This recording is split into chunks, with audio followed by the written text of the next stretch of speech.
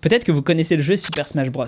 Un des gimmicks de la franchise, c'est d'avoir de nouveaux personnages à chaque fois et une apparition hyper stylée, genre « Here comes a new challenger !»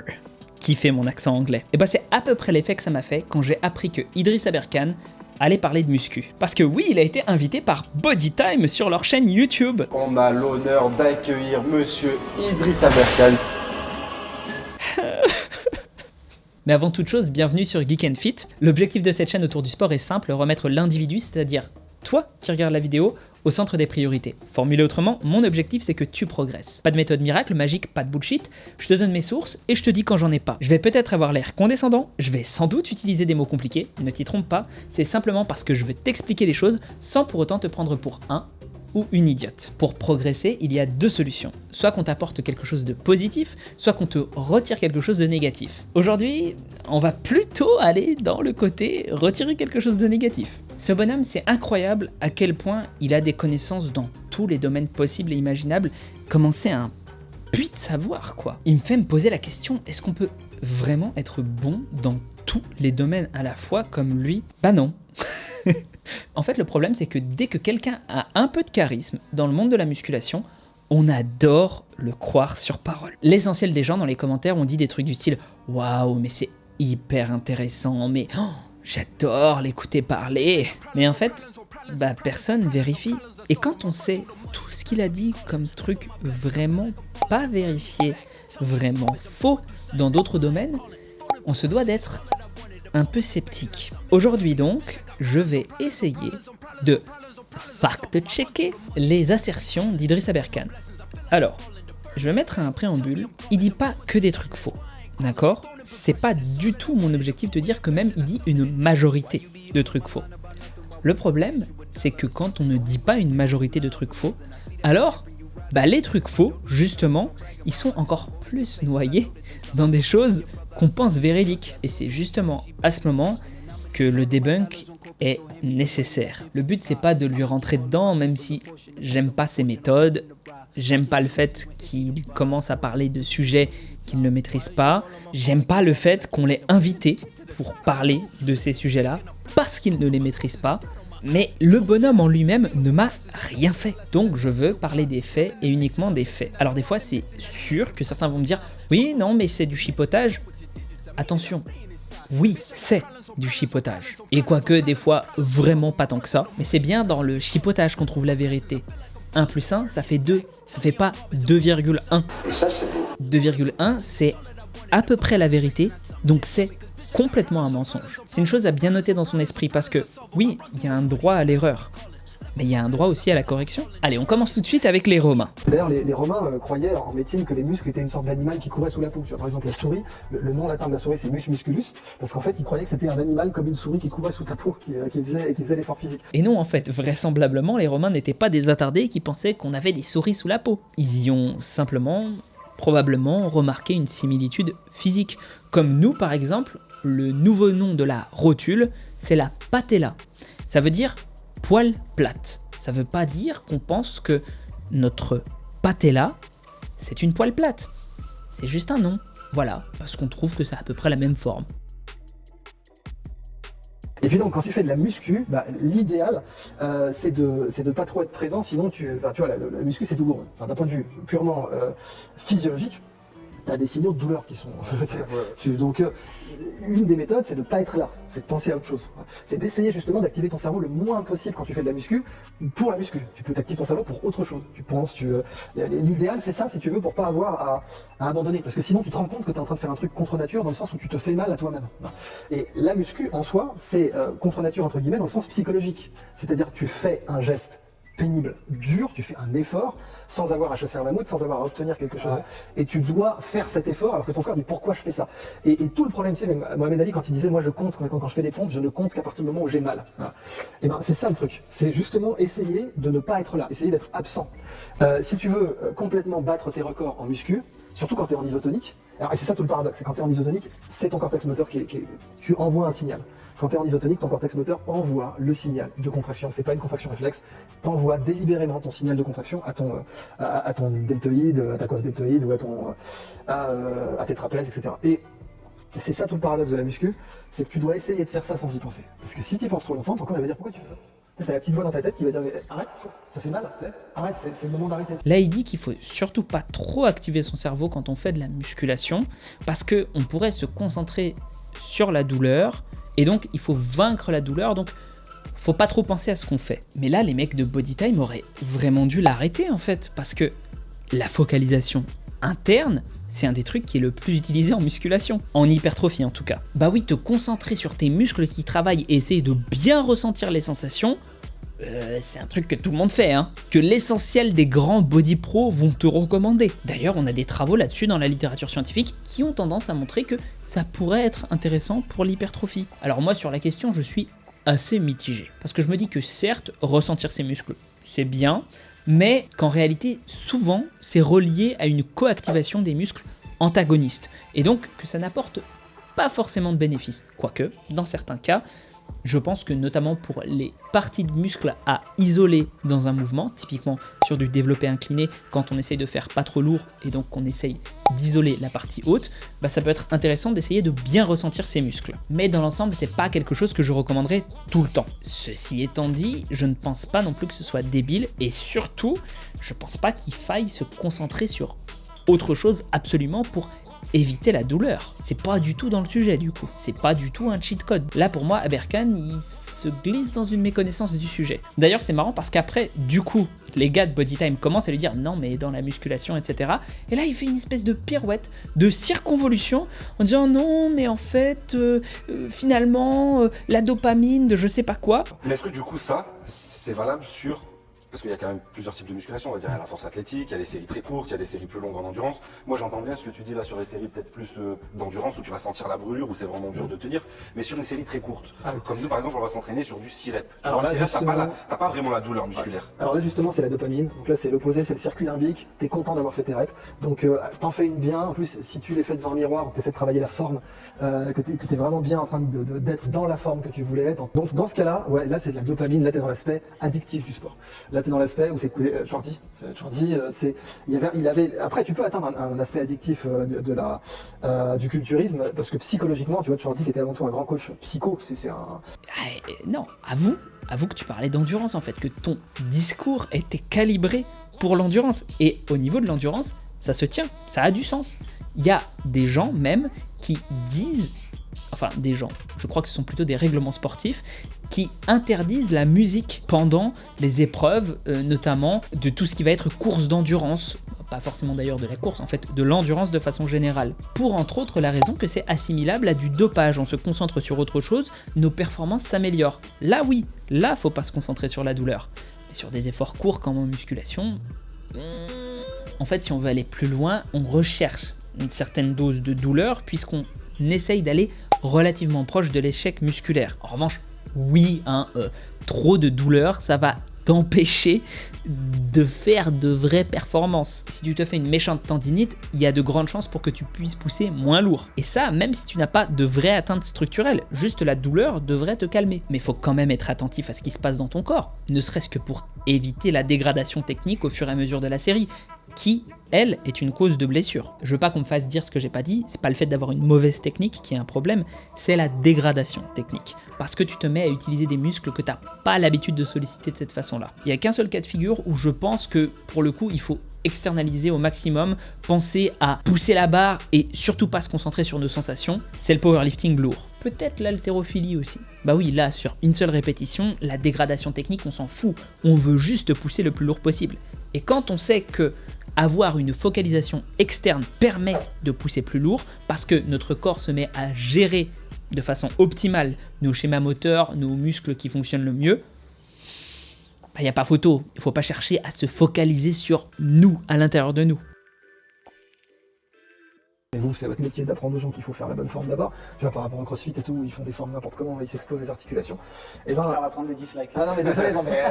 Nous, on disait les mêmes choses. Je dis pas que c'est pas la pratique. Non, je dis pas que les coachs de crossfit font ça, mais je dis qu'il y a des gens qui se jettent sur le crossfit sans avoir été coachés et qui font des gestes de merde et qui vont s'exploser les ligaments, les articulations. Tu penses à la perf avant. Mais c'est vrai que de moins en moins maintenant, vu que c'est devenu grand public, Oui, c'est beaucoup moins Ça a accepté. blessé beaucoup de gens surtout. Vu Et que après, maintenant les gens on savent dit, que tu as ce risque-là, effectivement ils se renseignent. Mais bon, au début, le crossfit, tu voyais des gars faire des formes complètement pétées et se faire mal. Ah, au CrossFit, il s'explose les articulations. Eh ben non, c'est une idée reçue. Et ça, faut connaître son sujet, faut connaître la littérature, monsieur. Y a pas plus de blessures en CrossFit que dans d'autres sports. Et surtout, c'est pas relié à une mauvaise technique. C'est plutôt relié au volume d'entraînement, à la culture de la compétition, du toujours plus. Ça oui, ça crée des blessures. Mais la mauvaise technique, Idriss, les scientifiques du sport se foutent de ta gueule si tu dis ça, hein. Parce qu'en fait, tes muscles sont effectivement plus puissants que ton système osseux, que tes ligaments. Tes ligaments, le corps est bien fait, ils sont faits pour soutenir tes efforts délibérés. Pas tes efforts d'état de choc, ou enfin pas l'état de choc dans le sens hypotension artérielle, mais tes efforts de stress, ils sont pas, tes ligaments, tes tendons, ils sont pas faits pour ça. Ils sont pas faits pour ce type d'effort. Si tu produis ce type d'effort, genre la mère de famille qui va soulever une bagnole pour faire sortir son gamin, tu peux te détruire complètement les articulations. Alors les muscles plus forts que les os, et non, encore une fois Idriss, faut aller se renseigner. Les muscles et les os forment ce qu'on appelle de façon globale une poutre composite. C'est-à-dire que les muscles résistent mieux à certaines contraintes et les os à d'autres.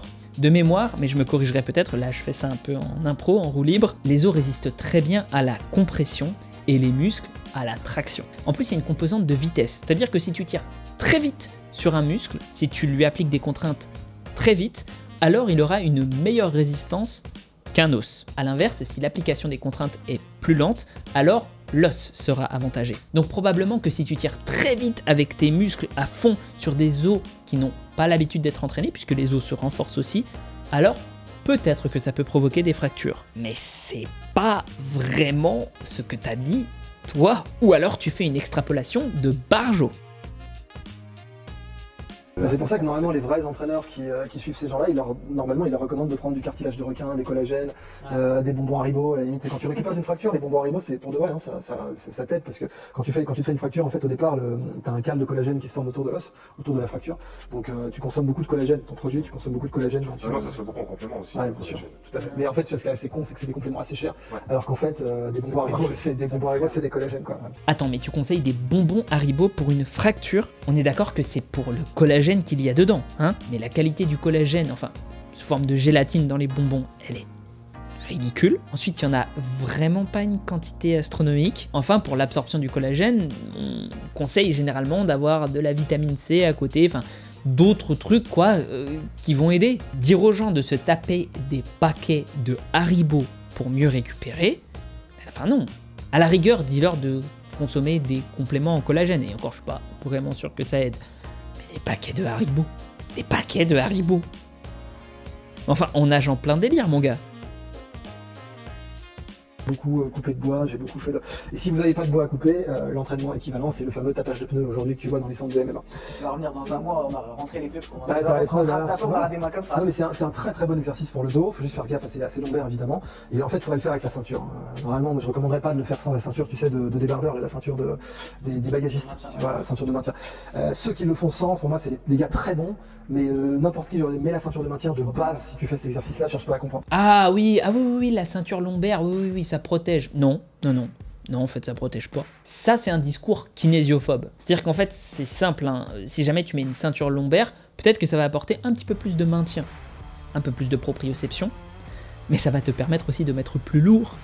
Donc en définitive, si tu mets plus lourd avec ta ceinture, bah, tu te retrouves au même degré de risque. D'ailleurs, c'est un discours kinésiophobe de façon générale. Les lombaires, elles sont solides, hein, voilà. Tu les entraînes, il n'y a pas de raison que tu puisses pas taper avec un marteau dans un pneu sans ceinture lombaire. Hein, enfin voilà, tu fais de la musculation pour rendre ton corps antifragile. C'est une notion en plus qui est hyper centrale dans le discours de Idriss Aberkan. Il adore Nassim Taleb qui a conceptualisé ça à ma connaissance. Bah, du coup, faut l'appliquer ici. Faut arrêter de croire que tes lombaires, elles sont fragiles. Hein? Voilà, elles se renforcent. Il n'y a pas de souci. Et ne dis pas aux gens qu'ils doivent avoir une ceinture lombaire, parce que du coup, si tu fais croire aux gens qui sont fragiles, après derrière, ils vont être beaucoup plus précautionneux, ils vont moins adopter certaines postures qu'ils adoptent naturellement, et quand ils vont se mettre, sans faire exprès, une fois à adopter cette posture-là, ils vont plus être renforcés là-dessus, et ils vont plus facilement se blesser. Pas ouf, hein? mais du coup, est-ce que tu renforces tes muscles lombaires qui te soutiennent? Ah, mais tu dis, t'entraînes bien la personne que tu coaches, tu lui dis fais-le en isotonique, tu lui fais faire des planques avant, tu lui fais pour qu'il les sente. Tu lui dis contracte-les.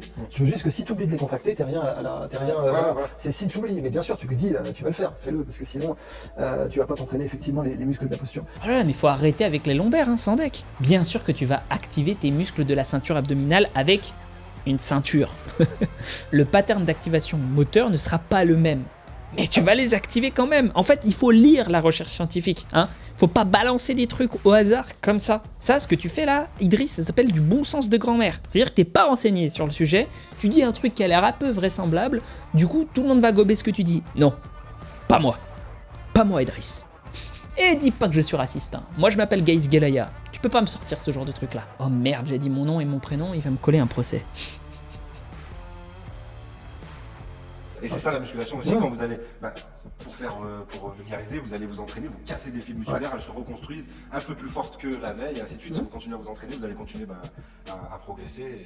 J'avais kiffé quand tu avais expliqué qu'est-ce qui est fragile, qu'est-ce qui est résilient et qu'est-ce qui est anti-fragile. Donc c'est Nassim Nicolas Taleb, un grand essayiste libano-américain, qui au départ il avait découvert ces concepts-là pour la finance, et il disait voilà, un système fragile, si tu prends un verre d'eau, tu le lâches, il se casse, il est fragile. Si tu le lâches et qu'il se casse pas, il est robuste ou résilient, c'est un verre renforcé quoi.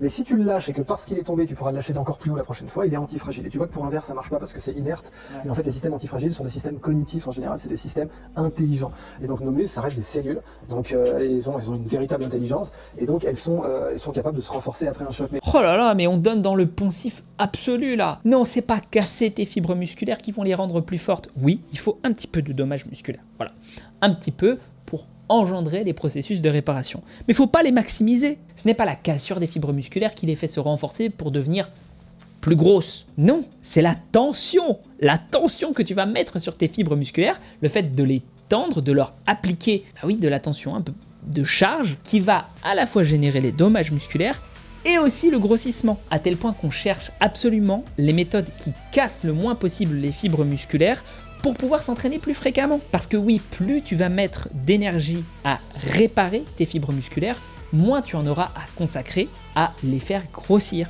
Et plus ça va générer de la fatigue, ce qui va faire que tu pourras moins t'entraîner, ou en tout cas moins régulièrement. Bref, c'est un paradigme duquel on est sorti depuis les années 2000, hein, voilà, rien que ça, et qu'il ne faut pas continuer à propager si on veut faire avancer les sciences du sport et de l'exercice et de la physiologie. Tu es une quiche, Idriss, reste dans ton coin, reste dans ton domaine d'expertise, je sais pas lequel c'est, mais reste-y.